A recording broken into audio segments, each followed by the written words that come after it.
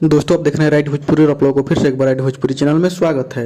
तो दोस्तों आप लोग बता दें कल खेसारी लाल यादव का एक गाना रिलीज हुआ था आदि शक्ति फिल्म से, जो कि उस गाना का नाम था हमार जिला और उस गाना को लिखे थे विशाल भारती ने और बहुत ही कमाल के लिखते हैं विशाल भारती ने।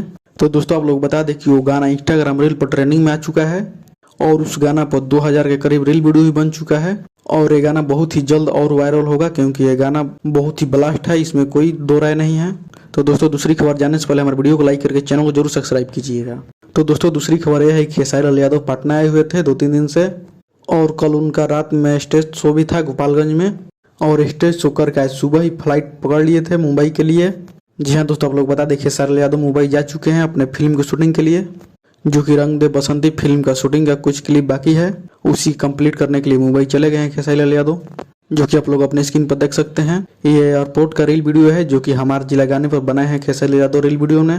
तो दोस्तों इसके बारे में आप लोग क्या कहना चाहते हैं कमेंट कर जरूर बताइएगा। तो चलिए इस वीडियो में इतना ही, मिलते हैं किसी अगली वीडियो में। बाकी इस वीडियो को लाइक कीजिएगा, शेयर कीजिएगा और अभी तक हमारे चैनल को सब्सक्राइब नहीं तो प्लीज चैनल को सब्सक्राइब करके बेल आइकन को प्रेस कर दीजिएगा।